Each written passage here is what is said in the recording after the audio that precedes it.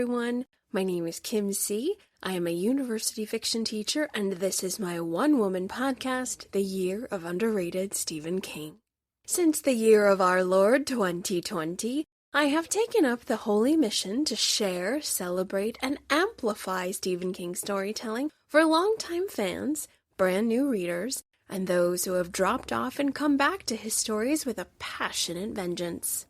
Hopefully this will be a spot where you'll enjoy flexing your constant reader nerd card. But today, I need y'all more than ever because we're en route to a dark and treacherous place in the isolated mountainous shadow of Sidewinder, Colorado. I, of course, have been there before, survived, albeit barely, and as I told you all many years before when I first read this novel in episode 54, I would never, ever reread it alone. Truth be told, I never wanted to return to this novel because it messed me up so bad. But alas, when you're the moderator of a Stephen King book club, you're often pulled back to the places you swore off forever, and that is indeed the case concerning Stephen King's 1987 title, Misery. For 2025, the book club is exploring the Dark Ladies of King. And boy, does that road lead us directly to the front door of the darkest lady of them all.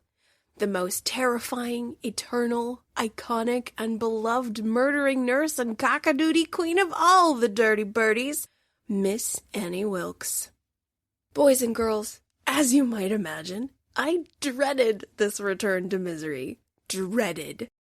If you jump back and listen to my very long-winded Misery episode 54, oh my gosh, friends, I do believe that is my longest episode I've ever done. Pretty sure it's either that one or Dr. Sleep, but it's long. I think I meandered a bit more back in the old days, but I gave it a brief overview not too long ago and realized I was one traumatized cookie on that episode, even while trying to put on a brave face and hold up the banner of literary analysis. I was not okay. And it was with great trepidation that I led myself and the book club back to Annie's cabin, where together, as a group, we would face down the torture, the madness, the creative salvation, and survival within one of King's most masterfully written novels. And thankfully, everyone, I made it, still on my feet. After surviving my second read-through of Misery, I definitely wanted to say something to everyone out there. I wanted to share this secondary reading experience and proclaim that this time around, the punches didn't land as hard, there was greater admiration and resilience, mind you, still tons and tons of terror, but yes, precious amigos. Even though the second read-through was in fact easier to stomach, I did not want to do a solo episode on Misery. I do not like talking about and or reading this story alone. It still has that much power over me. I believe no one should read this story alone. It's too dangerous. It's too dark. Thankfully, when I thought all was lost, insert an unlikely hero in the third act. Ladies and gentlemen, at the 11th hour, I had the most incredibly talented individual say yes. Yes, Kim C., I'll be your trauma partner on a Misery reread, and this wonderful creative linked arms with me through the woods and helped me unpack a revisit to Annie's cabin. My guest today is a screenwriter, professor, and horror novelist of 2022's Curse of the Reaper, 2023's Candy Cane Kills, 2024's Candy Cane Kills Again, and the upcoming 2025 title, Breathe In, Bleed Out. Mr. Brian McAuley is a New Jersey boy who, after college, ran away to join the circus of the LA Hollywood life, blissfully escaped after a 10-year tour, and made his way to my desert home where he now writes horror novels and teaches screenwriting at Arizona State University. Go Sun Devils, fear the fork! And in the same vein, watch out for Brian's slasher fiction. Friends, today Brian McAuley and I tackle both the Misery novel and the 1990 Rob Reiner film pretty much simultaneously, so it might be a good idea to have read and watched both, because there will be spoilers all over the dang place. With Brian's help, I'm able to bravely take a look at the horrifying brilliance found within this incredibly written and incredibly traumatic novel that really and truly is a cut above in the Stephen King canon. This nightmare fuel of a book is worth exploring and holding space in the winner's circle of King's fiction. Even though this story scares me to my soul, whittles and reduces me to a shuddering heap who sleeps with my bedroom light on, it is a super wonderful honor to have a friend close by to talk about why the novel Misery quite rightly deserves to be studied and discussed for years and years to come. All right, dirty birdies, get ready. To Annie's Sidewinder, Colorado cabin we go. To the goddess, Africa, we return. Because we gotta. Please join horror author, screenwriter, and Professor Brian McAuley and I for our return to Stephen King's foundational horror masterpiece, 1987's Misery.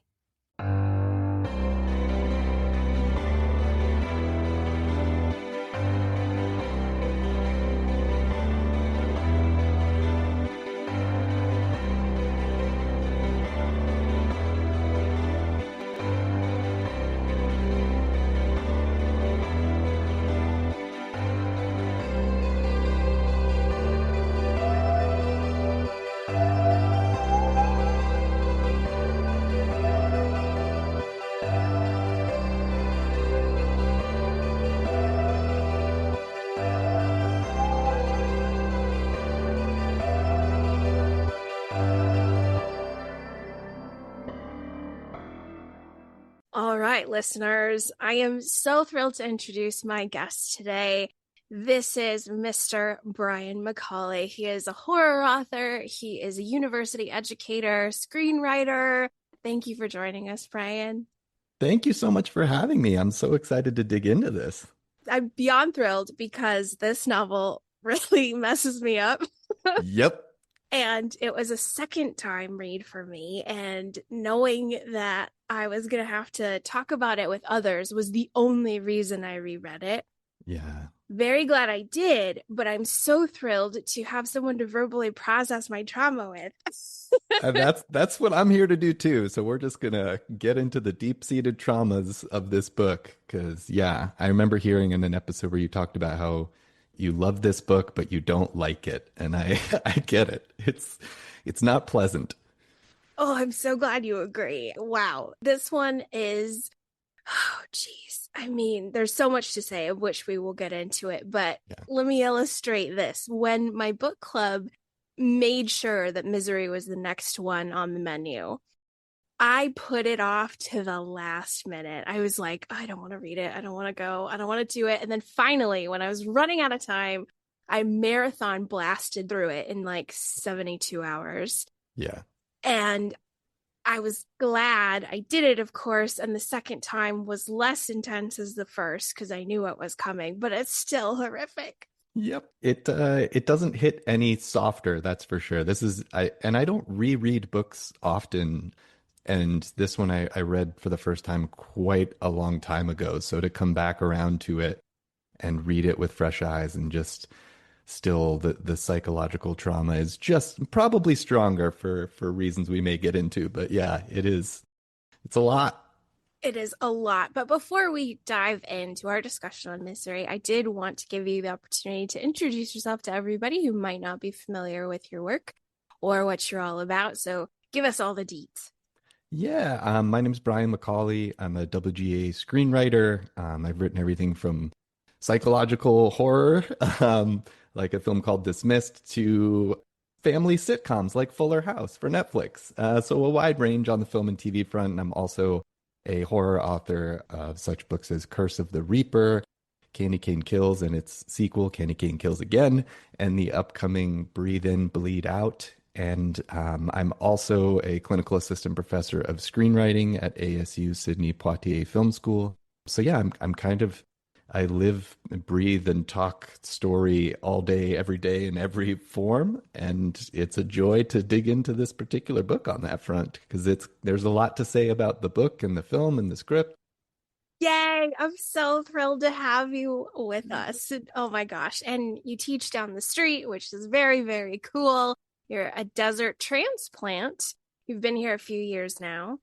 Yes. Yeah, I grew up on the East Coast in Jersey and went to school in New York City. So I was in New York for about 8 years, which is where I did the most of my King reading was my college and grad school years, and then lived in Los Angeles for 10 years and got the hell out of LA and now a happy Arizonan.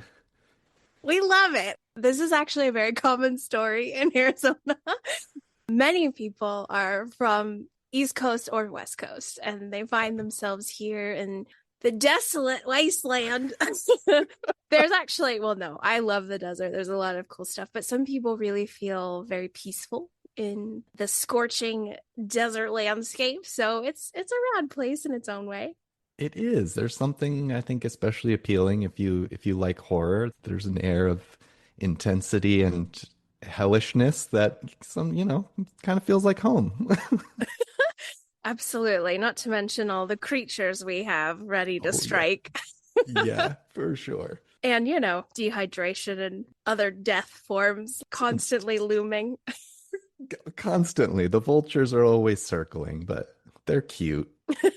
They are. I do love my birds of prey. All right, good sir. We are going to dive in. Can you tell me about your past experience reading Misery? Tell me about how you gravitated toward this novel initially. Tell me about your reaction to Misery. I mean, I'm fairly certain I must have seen the film first. And then yeah, like I mentioned, like college is where I really started reading more Stephen King. Like, I think I was in middle school or early high school when I read Carrie, which was my first. And then I remember Salem's Lot also being a high school read. But then, yeah, I just have so many visceral memories of being on the subway reading Stephen King books. And Misery was definitely one of them. I just remember being engrossed in that story and like looking up and being in the subway and terrified of everyone around me. Because, yeah, for me, I'm a big, like, most of what I write is psychological horror or slasher. So I have always been interested in the human monsters.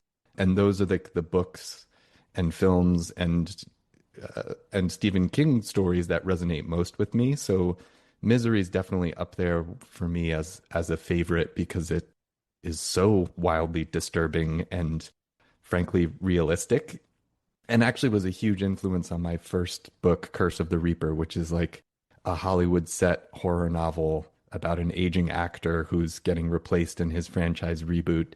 And I actually, much like the Misery book, like I spliced in screenplay segments of his film franchise, a la Misery chapters. It was just, yeah, that the book just made a really big impact on me. And now I like it a lot more than I like the movie, but I love a lot about what they did with the film. And yeah, I in college read William Goldman's screenplay just to study it as a screenwriting student to see like how did he adapt it, what had to change in order for this to become a film. And there's a lot in there that was kind of tweaked and changed, but certainly Annie is still Annie. Oh, I love that. We are going to talk about the film exponentially because I really want to ask you about the character of Buster and Yes. making Annie more of an obsessed fan outside of Paul's hotel room. Yeah, that was a big thing that struck me this time around reading them back to back. Those changes, the way that I kind of summarized it in my notes was like in the movie they make her a lot more of a like lowercase r romantic obsessive, kind of in like a Fatal Attraction vein. They show her watching Love Connection in her room, and she talks about the institution of marriage, which I don't think is a line from the book. I think there was dialogue for her that's different on that front. But in the book, I think of her more as like a capital R romantic. Like she is much more concerned with passionate artistry, and that's her kind of trigger points as well. Like as I'm sure we'll get into, but like Pomeroy, we learn about the past lover that she killed. Oh my God. And like I love that it's just, like what pushed her over the edge was discovering that he was a shitty artist. And like he lied about his art. And I feel like Annie in the book is much more of kind of a bastion of like artistic integrity. And that dynamic is so interesting in the book compared to the film, which is much more, just a bit more one dimensional, like romantic obsessive. It still has a lot of that, I mean, Kathy Bates's performance is incredible. And there's still so much from the book that works in the film, but that struck me as a big difference. Oh, great points, Brian. Oh my gosh, you brought up such an amazing. Okay, this part is so amazing. We have to go right to it. So, the Okay. Andrew Pomeroy, this is toward the end of the novel where we learn a character named Andrew Pomeroy was a hitchhiker who Annie picked up, and direct quote, they were lovers.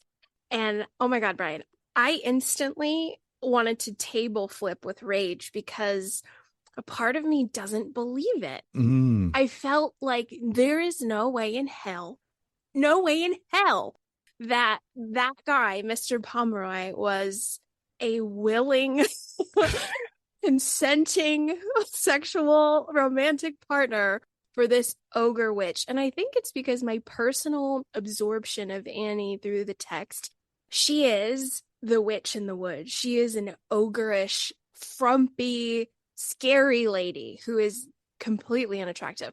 And I actually feel Kathy Bates is too pretty to be her. I think her performance is iconic. It's amazing. yeah. It's beyond. And she really does take us to the heart of the character with the demonstrations of madness. However, when King inserts this character of a hitchhiker, I was like, stop, shut up. No, Yeah. this is completely wrong. She Dahmered him. She absolutely probably knocked him unconscious and raped him. And Yeah. but you bring up an excellent point. His art was shitty. It was the reason why he was killed, for Yeah. sure. But I really, it's the lovers thing that just rubs me the wrong way. So I'm like, no, Annie, you're a creature. Stop. You Jeffrey Dahmered this guy. He was unconscious, and you most likely assaulted him and then killed him because you didn't like his art. But the lovers thing, stop it. Yeah, there's a questioning of the narrator's reliability for sure on that front. And even she is like, Paul says, he's like, you killed him? And she's like, I don't remember. I just remember he was dead and then I was giving him a bath. And you're like, okay, okay, Annie. But yeah, it is interesting because Kathy Bates, like, this was another big difference I noticed from the book to the film was the book from like page one, you're in Paul's POV and I love the first chapter. It's so short and simple. It's like the blurred sound of her saying, I'm your number one fan. And then you're waking up with him at Annie's, and pretty much immediately he's like, there's something wrong with this woman, and I am in danger from the get go. Whereas the film does the more kind of classical Hollywood structure of here's the status quo. He's finishing up his book. He's doing his ritual. He goes on the road, inciting incident. He crashes, and this woman is helping him, and she seems really sweet. And it takes a while for that turn to happen, like the end of the first act. It's very like Goldman is classic Hollywood structure. And she is, yeah, she seems not, she's intense, but she's not immediately dangerous as she is in the book. And it's an interesting difference in the structure there because in the book, it's like that first description he gives of her as like this solid thing with no spaces and nothing in between, just that idle imagery. It's yeah, pretty harrowing by comparison. Whereas Kathy Bates, like you said, like she's cute as hell. She is. She's a delight. I just think she's so pretty and lovely.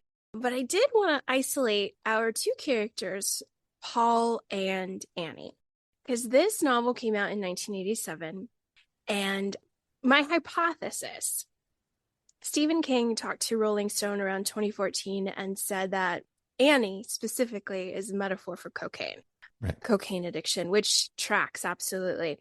But when we're looking at the character of Paul and the character of Annie, do we feel that back in the 80s, because there wasn't as much vocabulary and awareness about mental health, that a reader in 1987 would just see Annie as completely irredeemable. Whereas now, I find, especially when I discuss this novel in book club, there's a lot of somewhat empathy almost for Annie because people know, oh, wow, this lady most likely has dissociative identity disorder, maybe bipolar. We just go down the DSM 5 and we just Yep. start plugging in and realize, wow, this lady needs medicine. Yeah. And so when we look at Paul, I think in the 80s, do you feel that he is our trapped hero? Whereas now, I have a feeling not a lot of people are crazy about Paul Sheldon. They really see him as like a flawed, fast and loose individual, egotistical, like many successful artists can head toward. Yeah. Tell me about your absorption of Annie and Paul. It's a great question. I feel like my reading is probably different this time around, and this the kind of question of like Paul's character, like he's not to me like any sort of heroic character. He's not especially likable or not even especially dislikable. Like I just think he's far less compelling than Annie as a character. But it's interesting because like I do think like having more kind of compassion for mental health struggles is like a huge factor of the modern reading of it. And it's the big difference for me reading it this time, and I was deeply triggered because I actually was in a relationship with someone who had a personality disorder, and like the details were so specific to the point where like this person actually took pages of my manuscript and lit them on fire in front of me, which I had forgotten. That was a nice compartmentalized memory that rereading Misery, I was like, oh, right. That's actually an experience that I had. And it's not something I talk about often because I don't want to, cast stigma on anybody or any mental health struggles. But I do think that Annie as a fictional character is kind of like, is a conglomeration of comorbidities that like you can't really single out any particular disorder or mental illness. There's a lot going on there.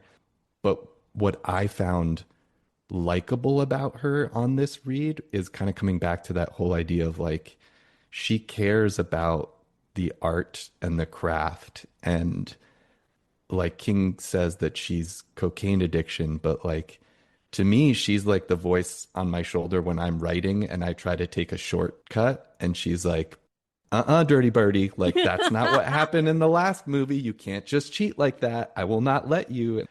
I don't know, there's something to me, there's a virtuous aspect to it. And this speaks to another big difference in the book versus the film, because in the book, Paul doesn't burn Misery's Return manuscript. He tricks her and puts the top sheet on other paper so that he can keep that book.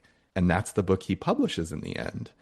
And so, like, she helped him write a good book. And in the film version, he does burn it and he ends up selling a new book called Childhood's End, which I don't know if we're meant to believe that's the book he wrote before. In the book of Misery, it's called Fast Cars, right? But you get the sense that like he ended up just going back to writing his personal book that he wanted to write.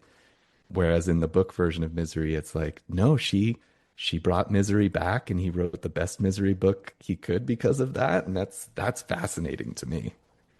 Love that. That's so great, Brian. I really enjoy that rather than an absolute monster. She has another face that is a dark, evil muse who will force you to be true in the art. She will break your fingers around the pen to make sure that it's done right, whatever right is. Yeah, it was a question I had when reading the book. Do we think that Fast Cars was any good based on the evidence that King presents in the book? And I guess the part of my question is like, does King, when he was writing it, does he think Paul actually wrote a really good book with that Fast Cars book?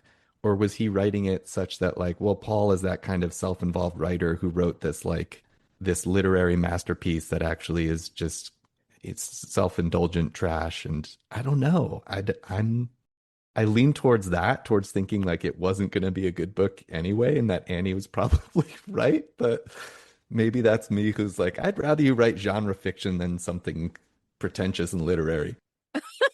Oh my God, I gotta laugh on that. That's amazing. I love this. I love this so much. Yeah, it's a wonderful question. And I think I'm with you where I'm leaning towards it might have been a dud, but it was one that the artistic process was so different for him. He wanted to kill Misery. He wrote about her in like humorous pornographic situations, like her boffing the dog or something like that.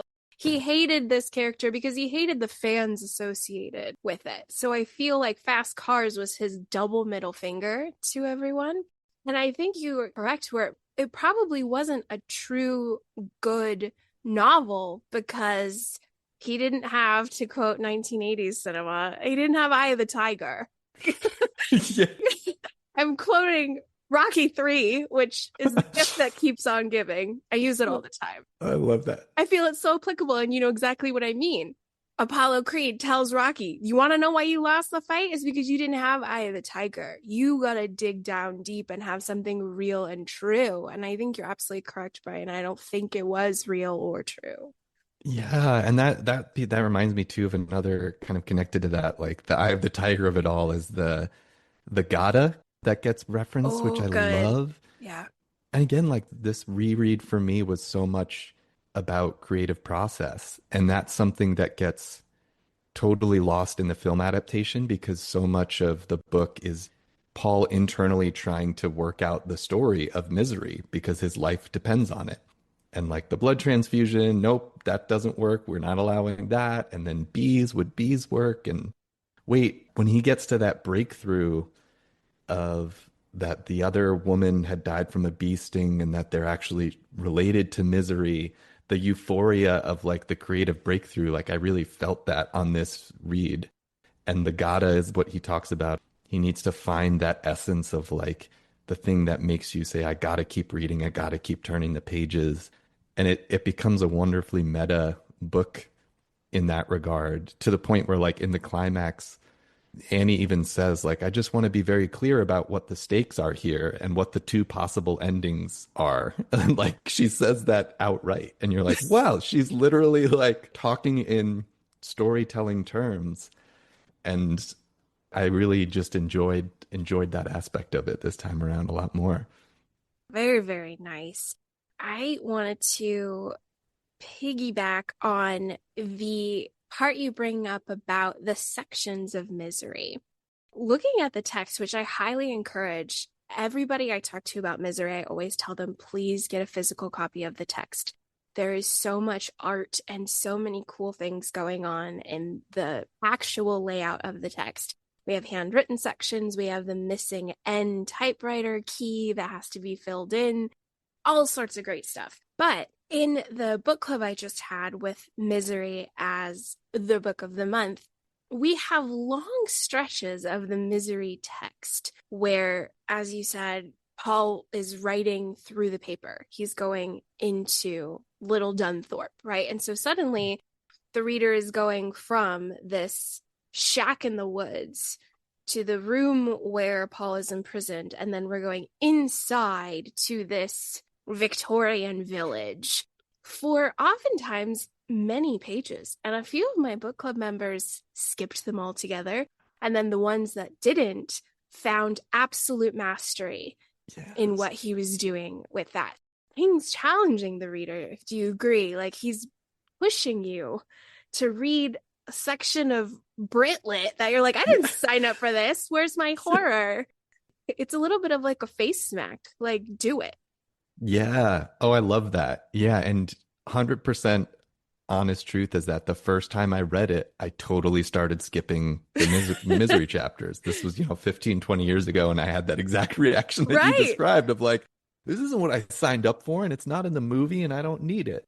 And reading it this time, doing my proper homework assignment and just appreciating it from the craft level of like thinking about as an author, Stephen King saying like, yeah, and I'm also going to do these interstitial chapters in a totally different voice. Like it's an author writing as an author, writing in a voice that's very specific to that series.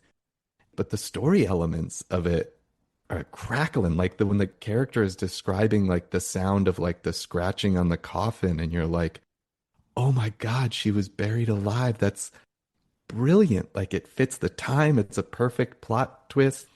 I don't know. It tapped into those gothic vibes so well that it felt like quite the flex from King. And also again to me, like spoke to like it feels like Paul's doing some of his best writing in this horrible situation.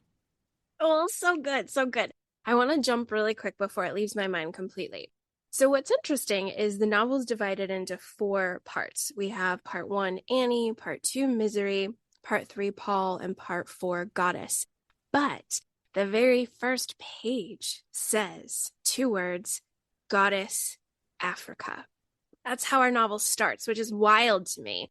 And then later on, we find out that the Misery novel is really, really cooking in this lore that they have to go to Africa for the Burqa bee goddess. There's this goddess of the burqas, and she is this stone monolith. There's a cave. It's very, very intricate. But I believe that King is also toying with the idea that Annie is this dark destroyer goddess who will give, but she'll take away. Maybe she'll take away double than she'll give, but what she does give is gonna be the best thing that's ever happened to you. However, you will provide pounds of flesh. Yeah. Oh, I love that. Yeah. Oh, yeah, it really is the layer of her character that, as we were talking about the way that he introduces her through Paul's eyes, he comes around to what you just described of like, well, she's a physical stone idol and she takes and takes, but then he also says, but she also gives me drugs, which I need. But I do think that she ends up giving a lot more through that. But yeah, it's interesting that she is such a grounded and real, terrifying human character, but Paul kind of sees her in this supernatural light, which I think part of it is just the like, I can't process how awful this human being really is, and she must be something more than human.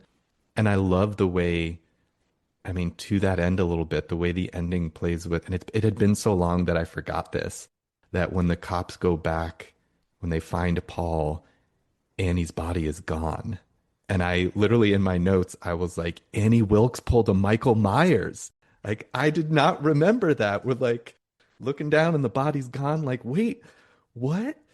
And then it goes into the final part and like the epilogue of it all, and it doesn't resolve and it doesn't tell you what happened to her until after the fake out of him like seeing her at the restaurant or wherever it is. And then he mentions that like she had crawled into the barn and was like reaching for a chainsaw, which just is so perfect. But the way that it played with that idea of like, no, she's immortal. You can't kill her by bashing her brains in with a typewriter. Like, she's going to keep coming for you. Oh, so good. You brought up, oh God, it's amazing. Like once I finish the story, I'm like, okay, good, we're done.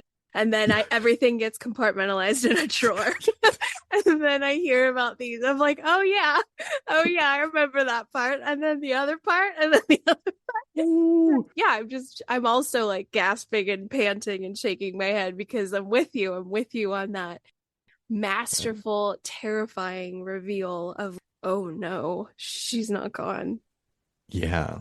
Yeah. And I mean, my brain's just jumping to like the kill scenes now and how different the big difference between the book and the film include like who and how she kills in the novel and also how she maims Paul. The hobbling is totally different.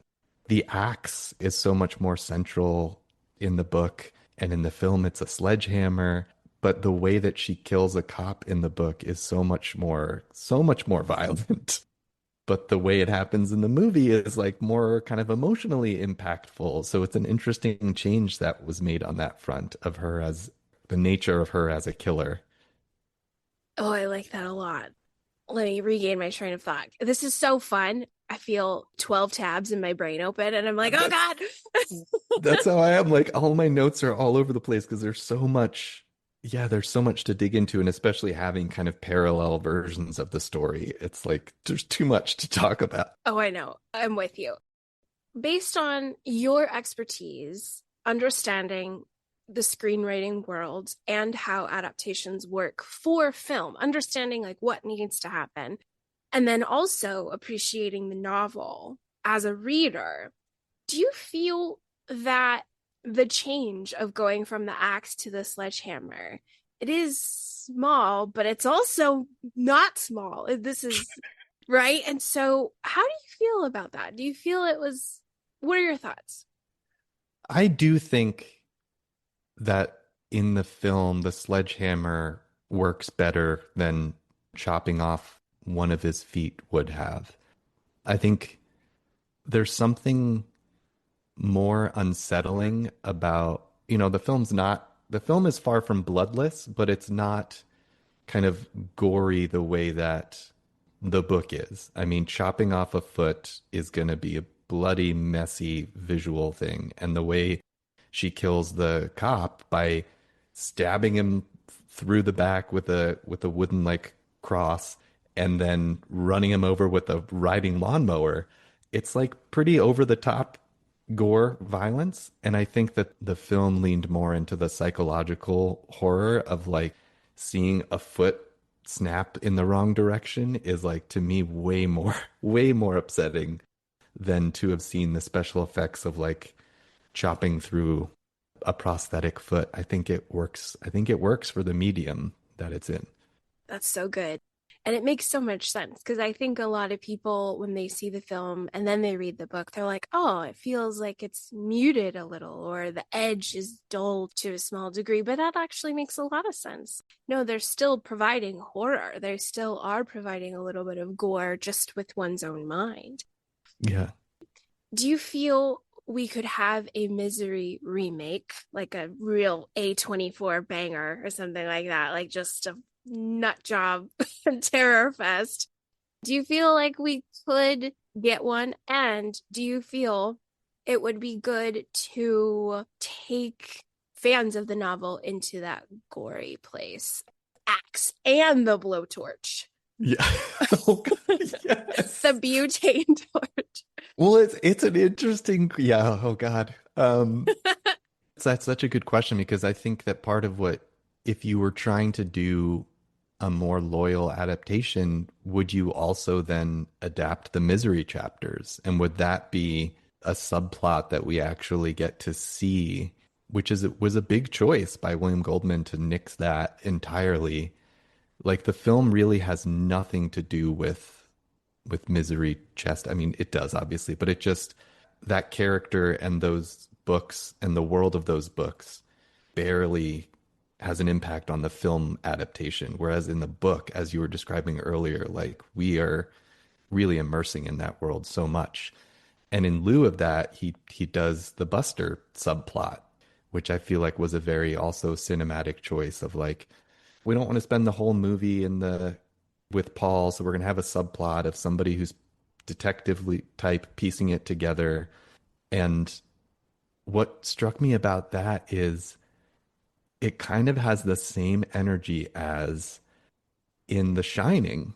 Wait, why is I almost called him Doc. His name's not Doc. What is the Danny? cook's name? No, the Oh, Dick Halloran. Dick Halloran. He calls Danny Doc. Yeah.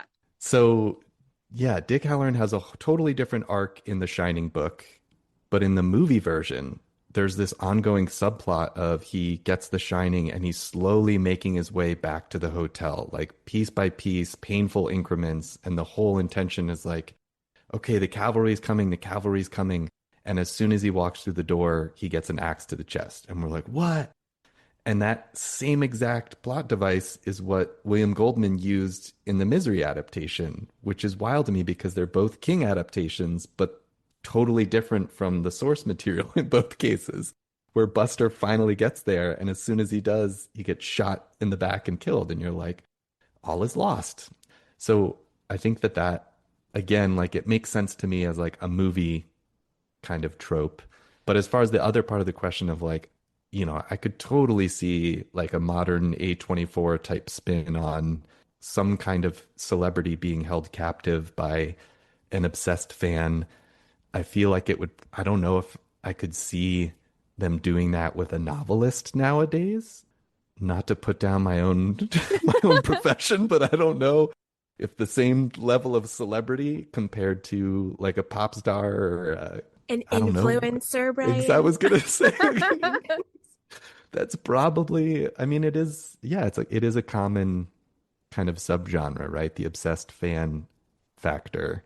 But again, like I keep coming back to like what makes this book special to me is that it's so much more about like creative process and than it is just like a one note obsessed character. Oh, that's so lovely. I love that so much.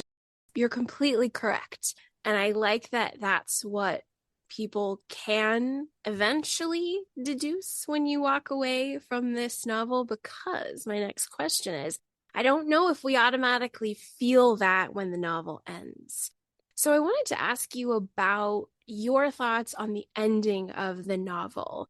I feel the ending of the film, we have a lot more of a sunnier conclusion, especially because Paul seems to be in better spirits. I mean, James Caan is such a star. I mean, Yeah. he's Sunny in The Godfather, yeah?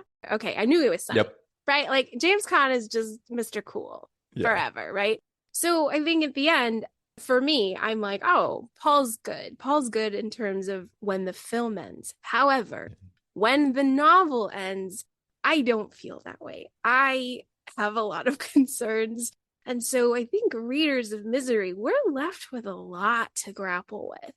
And so, yeah, tell me about your thoughts on both film ending and novel ending. Yeah, I do think big thing that we already touched on was like the book that he comes out of the story with is totally different. And then the film kind of ends on a punchline, right? It ends with a waitress saying like, "Oh, are you Paul Sheldon?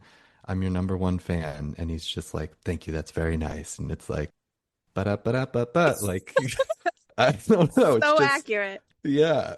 Whereas the book, I one of the notes that I made was just that the last line is unaware that he was weeping as he wrote. Like that's where we end with him. And like maybe it's tears of joy that he's getting into a new creative process, but like it alludes to like his aching legs and the fact that like this trauma is gonna stick with him for a long time.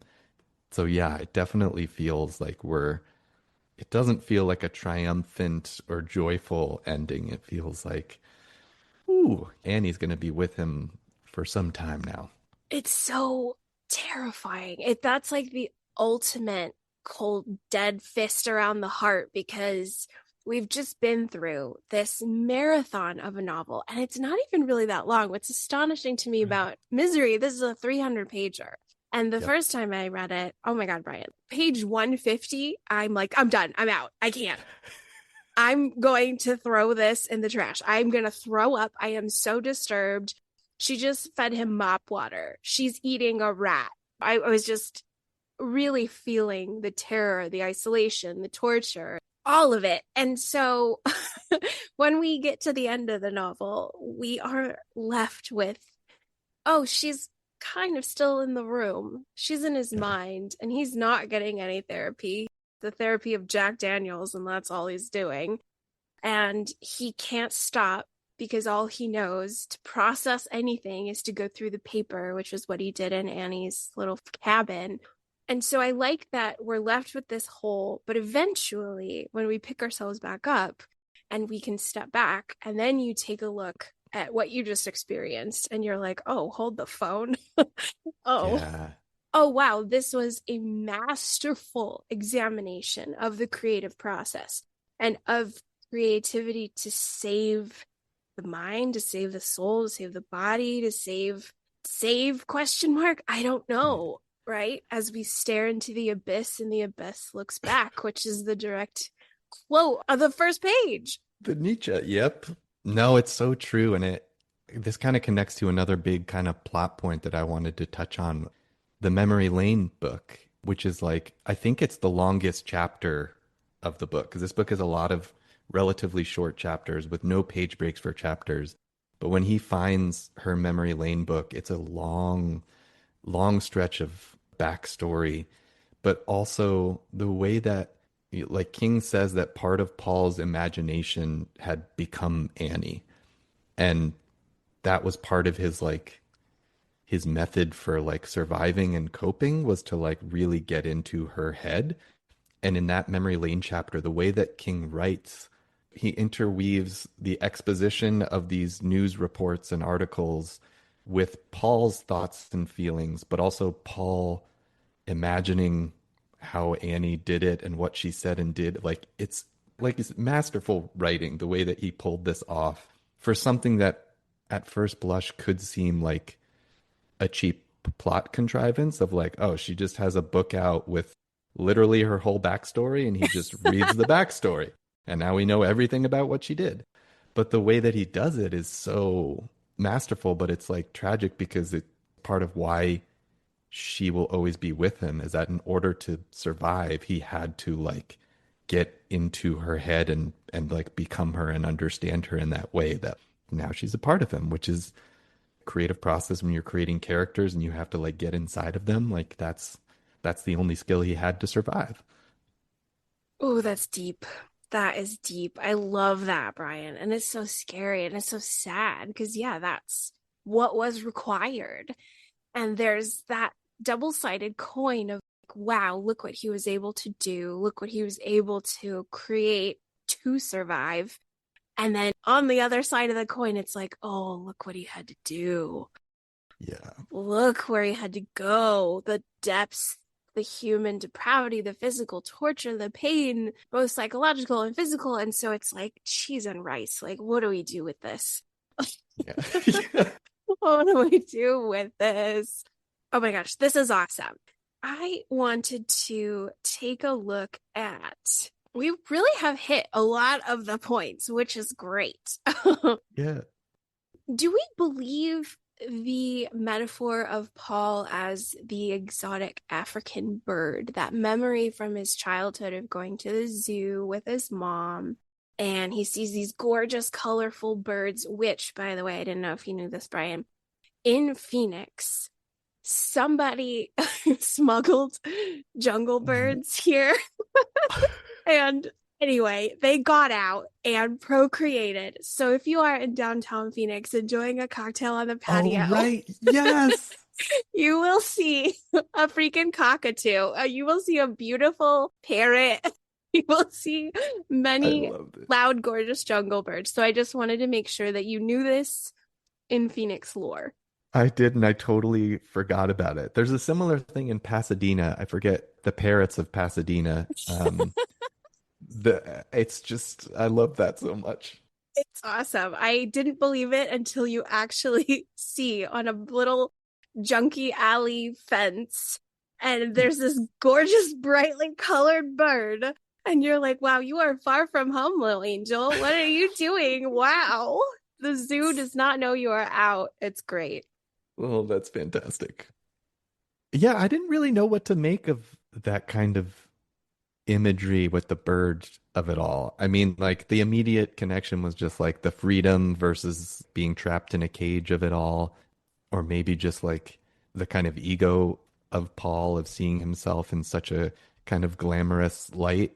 There was a moment when he talks about dedications as an author and how they're all always bullshit. Like you may say you wrote it for your wife or for so and so, but you only ever write it for yourself. And I'm like, well, I don't relate to that actually. And so I do think there are moments when King is showing us Paul's true colors a little bit. So I wonder if that's part of what that metaphor is. But I'm curious what your reading was or what, yeah, you took from it.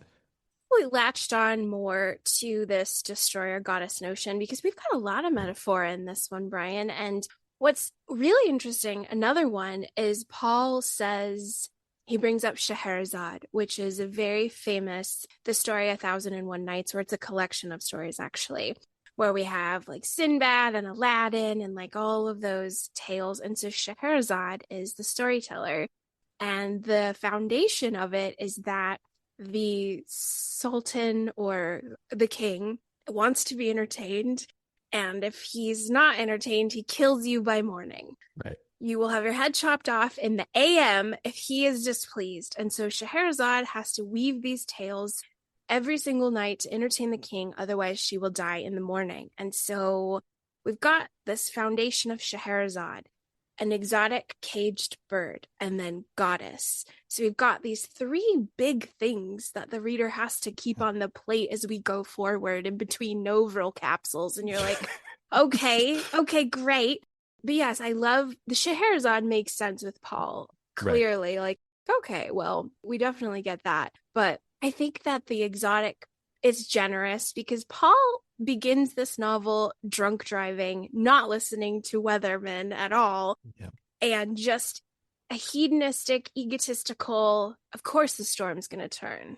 Of course. Yeah. I'm going to drive to LA a little bit buzzed because I'm a megalomaniac. Nothing will happen to me. I'm the writer. I'm a rich, successful one, right?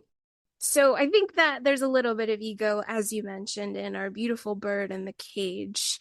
But yeah, I feel like there's more there with the bird. I just might not. I don't know if I can. There's more, but I don't know what it is. Yeah. I think it's there for you as well, where we're like, yes, I know this is something. I know there's more. It's more than just the cage. Like he gives like just enough to kind of, make you think about what it could all mean, but some of it maybe is just for Paul to know and us not to have a full insight into his connection with it. But yeah, it's interesting that. Okay, I have a fun question that I can't wait for you to answer. When I read Misery, I often think of myself in Paul's situation, and I think every reader does this. What would I do if I was in Paul's place? And so I think it makes me really sad because I go to dark places. And I personally, unless the tables were turning differently, I don't know if I would make it. I think that I would swallow all those Novril and check out. I don't think I would make it. So this question is asking you, what do you feel knowing yourself? What would you do? Or does it change throughout your progression of the book? Middle of the book, or you're like, oh, I'd stab her in the neck so many times? Or does it change? Like, how do you feel you'd go about surviving this? Or would you be like me and we'd check out on Novril? Great question.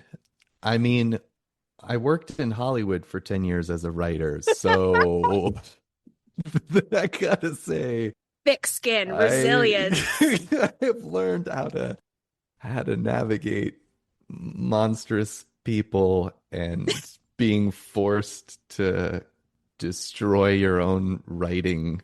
It really is a hell of an apt metaphor for the kind of Hollywood machine of it all. So yeah, I don't know. I mean, I think there's a move that Paul pulls in the movie that where he saves up all his Novril and suggests that a candlelit dinner with her, which that's not in the book, right? I was like second guessing myself. I was like, this is a huge different scene.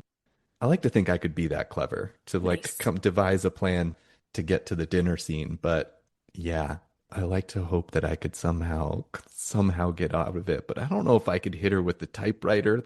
Blunt force trauma is always the hardest to watch in movies for me or read about. So I don't know. I don't know if I could do it. Right. I would like to think that I could do the long game because I believe, correct me if I'm wrong, I think that Paul is with her about 4 or 5 months, maybe leaning towards like 5, 6 months. Yeah, there's some time jumps and I was trying to note them all and I was like, oh, there's 3 week jump. And then on page 250 it says it's been 9 weeks. And so, yeah, it's gotta be, it's over 2 months. I think it's more than 3 maybe, but which when you really sit and think about it, it's like, oh my God. Truly. That's such a long time. But the book reads so fast that it almost, I don't know, it almost reads like it's like a weekend. But like when you really sit with that reality, you're like, oh God, that's a long time to be captive like that. Correct. And I always take that into my processing, knowing myself. How many days do I feel I could hold on? Because I think initially I would do what Paul does in the film, which is to try and play along, try and go with it. once you've seen that Annie is, wow, certifiably not well, dangerous, okay, what do I got to do to survive? This is why human horror and slashers are hard for me, Yeah. because you can't rationalize with your killer sometimes. And I think Hmm. as women, a lot of us tend to do that when we can't overwhelm them with brute strength. We try and use intellect and try and appeal towards empathy. And that's what I would do. I would try and talk them out of it, which is unwise. I mean, I think women should just go for the throat personally. I think just stab them in the neck however There you you go. can. But I think that in my fight or flight or freeze, I'm more of a freezer. Maybe, who knows? I feel I am. I feel like I would freeze up and play along. It scares me to believe that I would check out via the opiates, because pain, isolation, I think that many creatives are either dealing with anxiety or depression, or both of them at the same time, pretty much always, which is why we're artists, is we're Yeah. consistently plagued. I would like to think I would play the long game, but I don't know. Eventually, you would have to make that decision to kill Annie or try. Yeah. And so, and maybe anybody can be pushed for your own life. Maybe you can reach that animal place.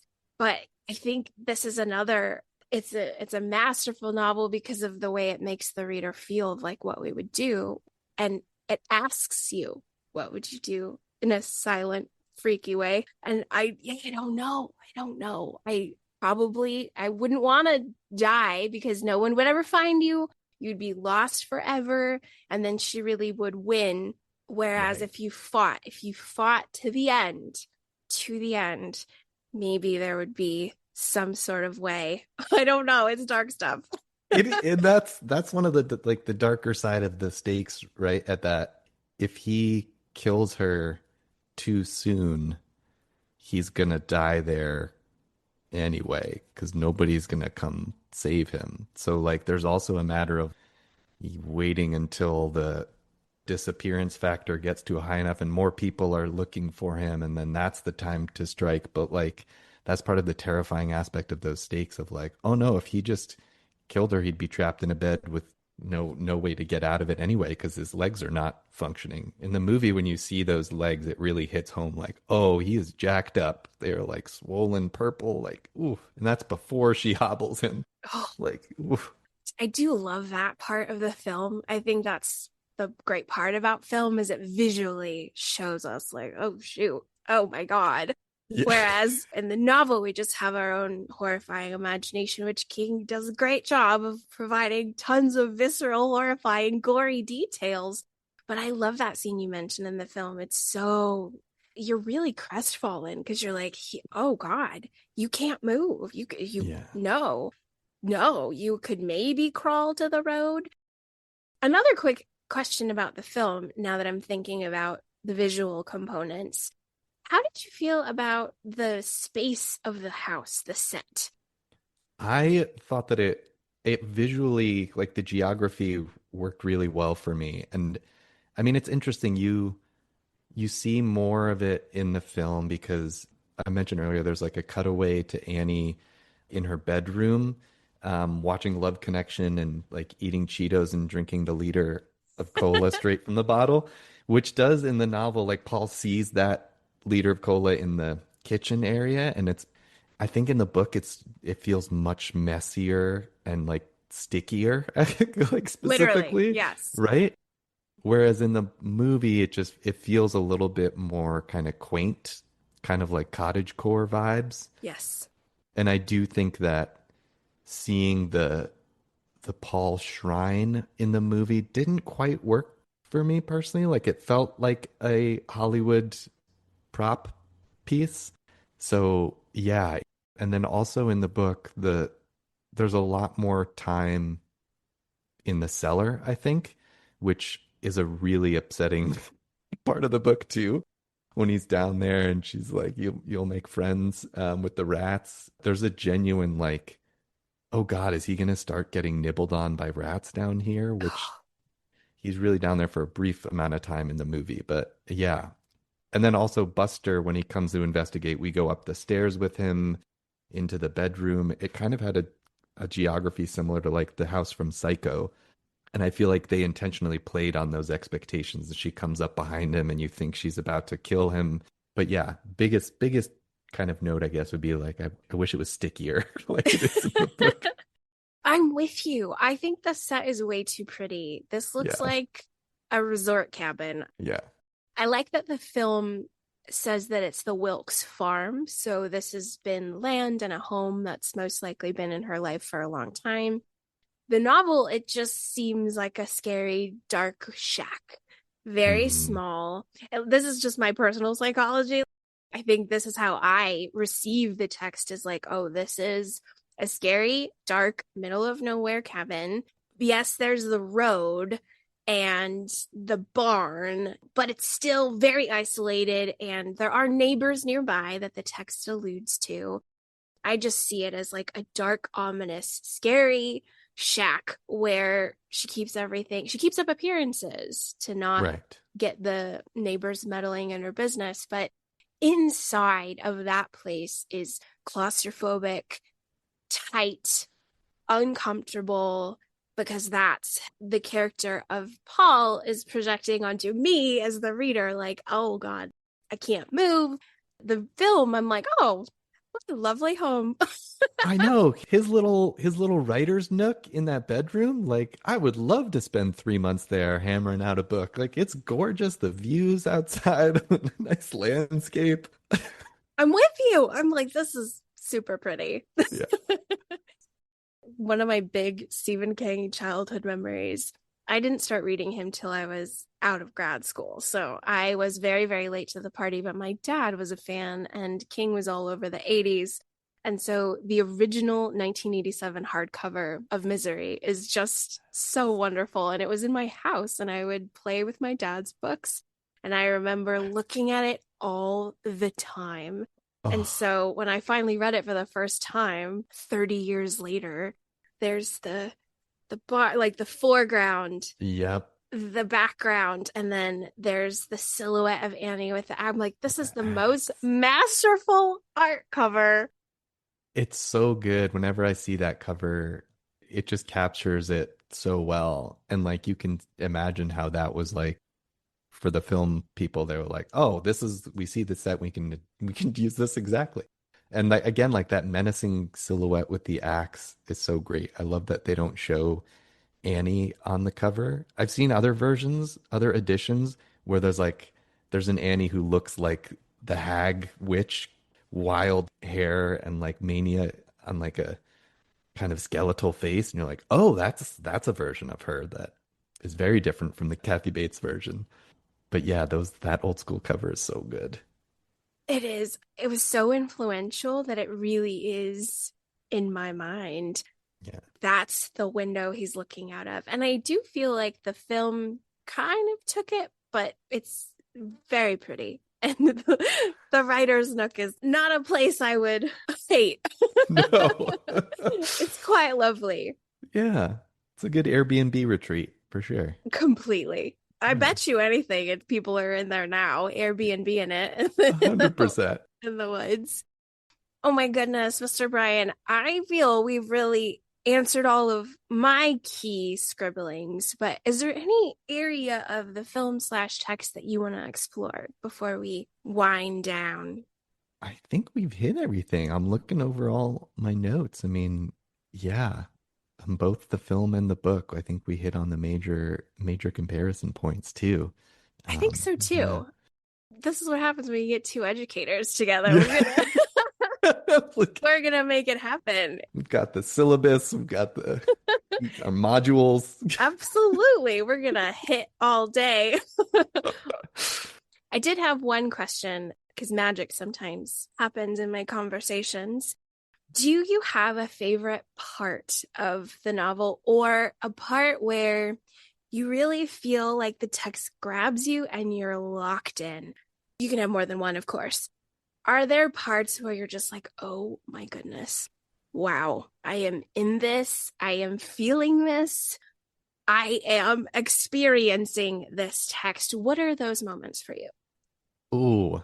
I mean, I mentioned the memory lane part. I was really both like engrossed and then like impressed with the craft. So I loved that part. There's also, not long after that is when she is the hobbling sequence. And what I loved about why that was so engrossing was like she mentions a pre-op shot and he's like, what is she talking about? And the tension of that, the bomb under the table element is just no matter how well you know this book and know what's coming, the slow build of her revealing that she's been onto him the whole time.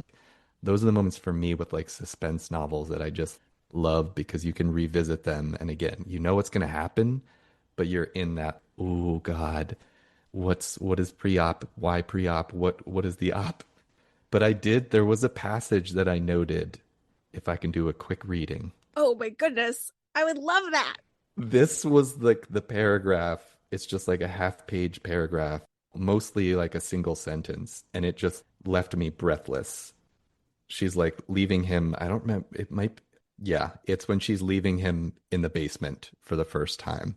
And, ooh, okay, so it's Annie laughed. Well, let me actually say the joke that she says first, because this is important. She says, I haven't time to do any of those things, she said, and the rats won't bother you anyway. They may even recognize you for one of their own, Paul. They may adopt you. Annie laughed. She climbed the stairs, laughing harder and harder.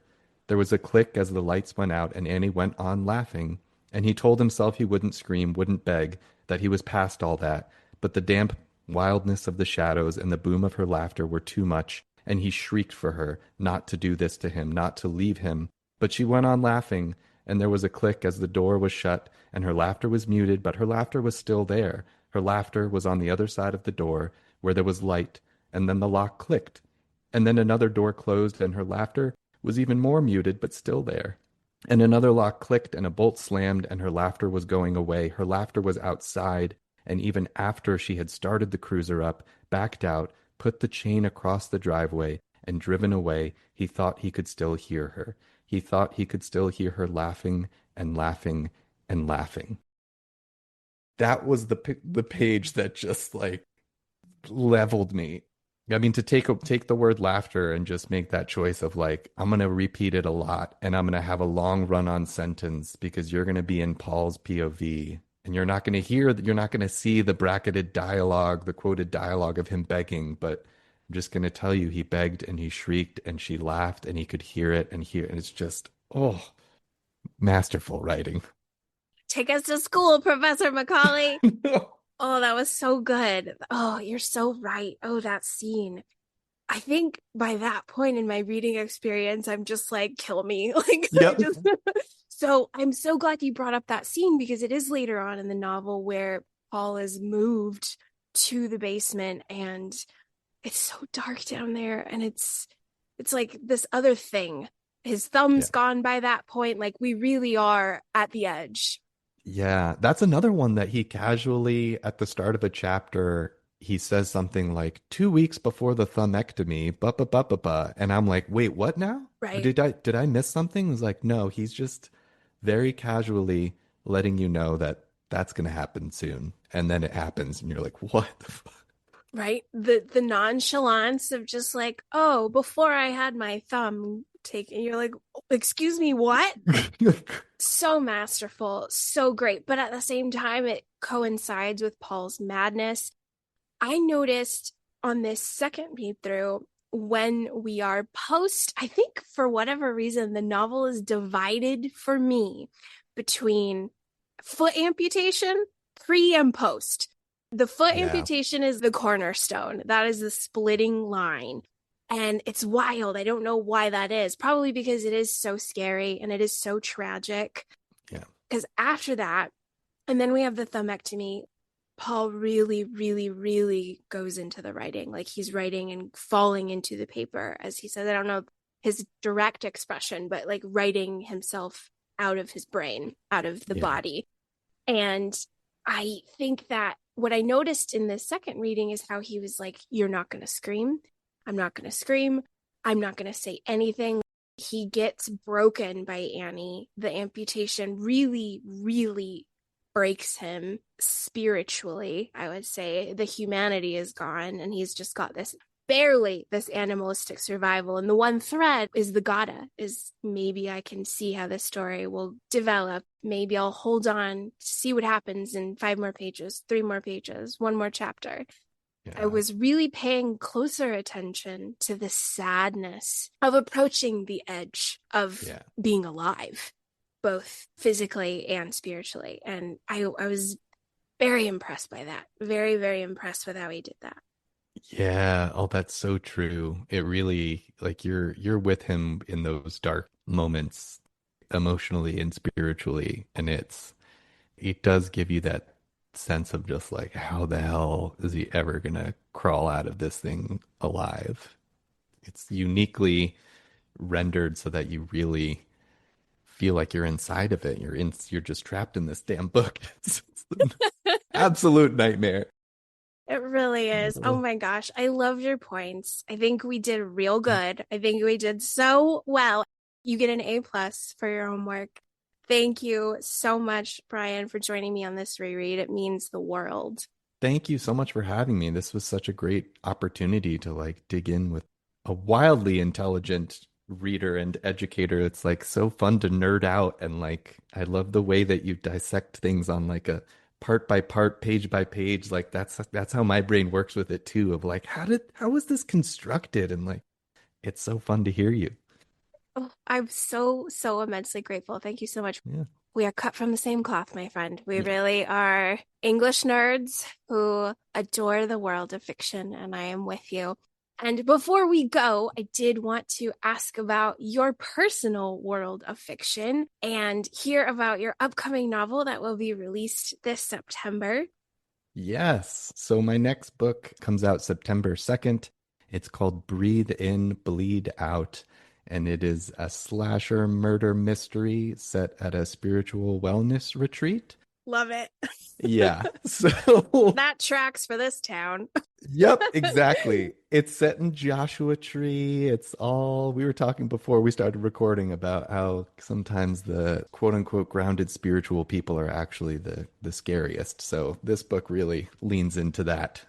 But yeah, I'm very excited. It's September 2nd from Poison Pen Press. And yeah, it will be my 4th book. And I'm just grateful that I just get to keep reading and keep writing. And really the best part about being an author is getting to connect with folks like you, like the community around books right now, around horror in particular, is like just abundant, and it's full of the most delightful people who write the most twisted stuff, and that's we celebrate that.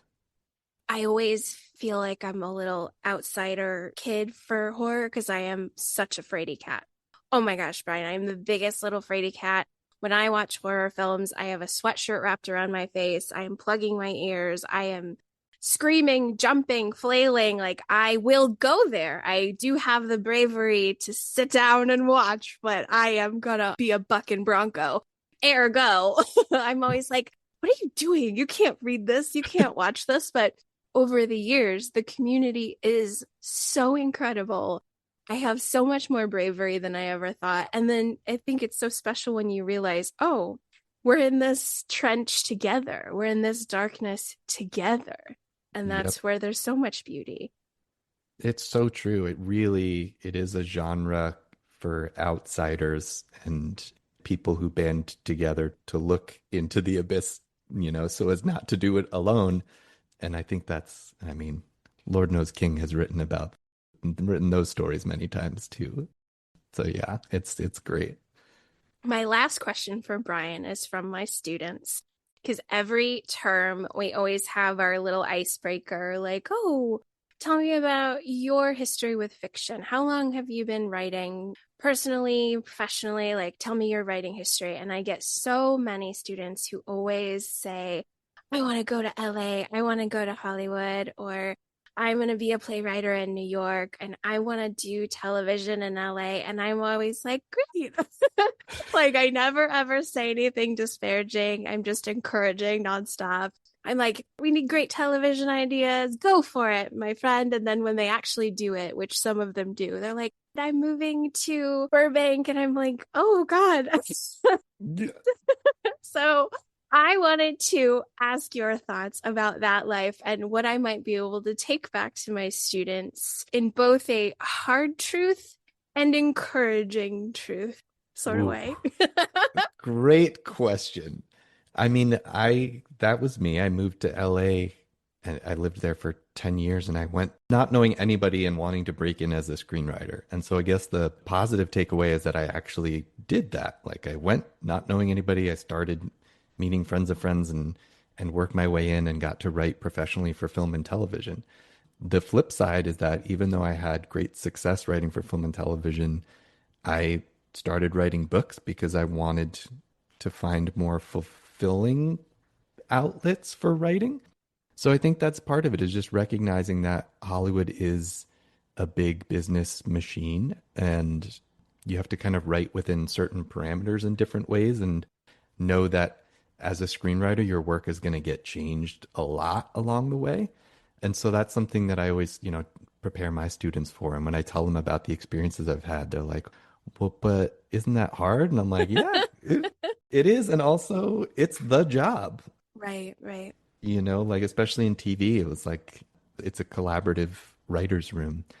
But I would say that if specifically you're interested in writing, whether that's for film or TV or novels, right now is a good time to be writing fiction, writing short stories and books because Hollywood is forever obsessed with IP and adaptation. And that was one of the reasons I decided to write my first book and then discovered like, oh, now I just only want to write books because I forgot that was my first love. So yeah, I think learning the craft of screenwriting is incredibly important for film and TV if that's what you want to do. And also I always encourage writers to like write in every medium, flex those muscles. Nice. Figure out like what aspect of it brings you joy and just find that habit like Paul Sheldon every day. Get to that typewriter and write. Shatter your pelvis, Yeah. crawl to a chair. Chop off your thumb and good to go. Oh my gosh, I love it. Thank you so much, Brian. I will make sure, because the bookstore that your book's going to be at is very close to my house. So I'm really thrilled about that. So I will make sure, hopefully you've got a signed copy, but if not, I can try and get you to scribble. Oh, there will be at least 2 local events for launch week, and one of them will be at Poison Pen. Oh my God. Bookstore, Okay. so yes. Okay. Yeah. I will be there with bells on to celebrate your novel. Super duper excited. Congratulations.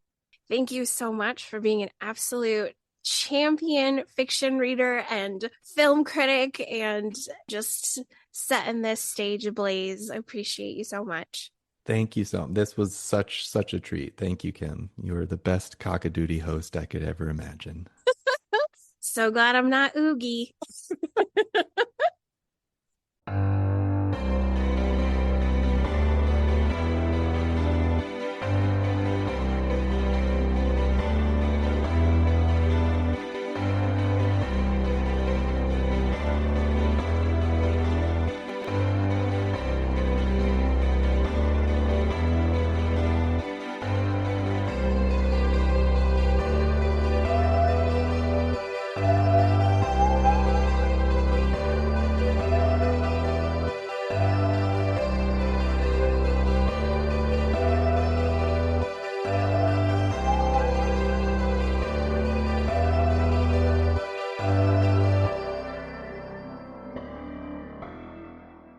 Okay, everyone, our misery return has concluded.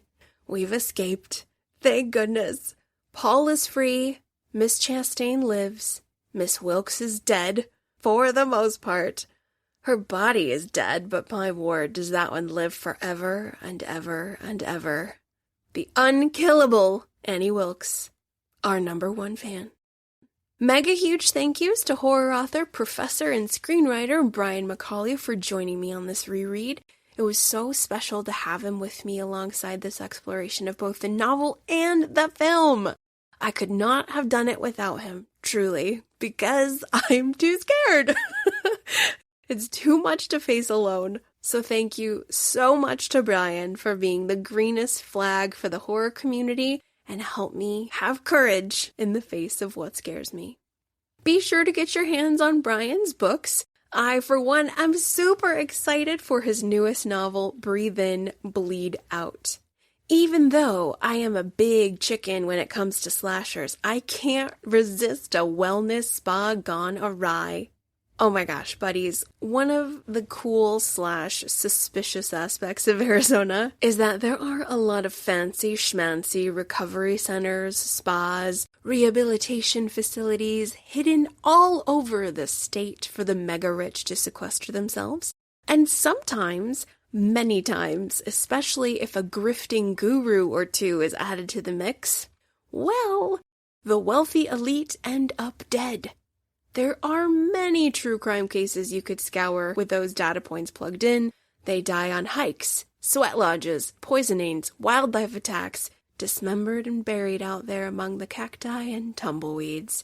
It is grim and sad, but it's also great material for horror fiction writers, and I'm thrilled Mr. McAuley is going to take us there with his latest novel. So please make sure you're connecting with Brian on his website, brianmcwriter.com, and his Instagram to keep Breathe In, Bleed Out in your sights. It should be released September 2025. All right, sweet people. As for moi, I am finishing up the newest Stephen King release, Never Flinch. That should be the next episode coming our way. I'm also aiming to return to my exploration of the short fiction within 1990s nightmares and dreamscapes on my Patreon, The Danse Macabre with Kim C. I would love for you to head on over there and join me as I let my hair down and put my crown on to talk about additional King content in the forms of Stephen King short fiction, Stephen King females, and Stephen King film adaptations. Please visit patreon.com/dancewithkimc to plug in with a ton of episodes that will hopefully satisfy the passionate constant readers out there. Please feel free to say hello on any of the socials as well as via email at underratedsk@gmail.com, where I will respond to all friendly messages with haste. If you haven't done so already, please provide the podcast with a rating and review to assist us in reaching more King fans who may not have crossed our path yet. The ratings and reviews definitely help, and many thanks to you for doing that for the show. I super thank you all for listening. I hope wherever you are out there that you're able to enjoy a bit of early summer 2025 with the longer days and lingering sunshine. And if you're down under, please have a strong flat white for me in a rainy spot under your brolly. Take care, everyone. I'll be in touch very soon.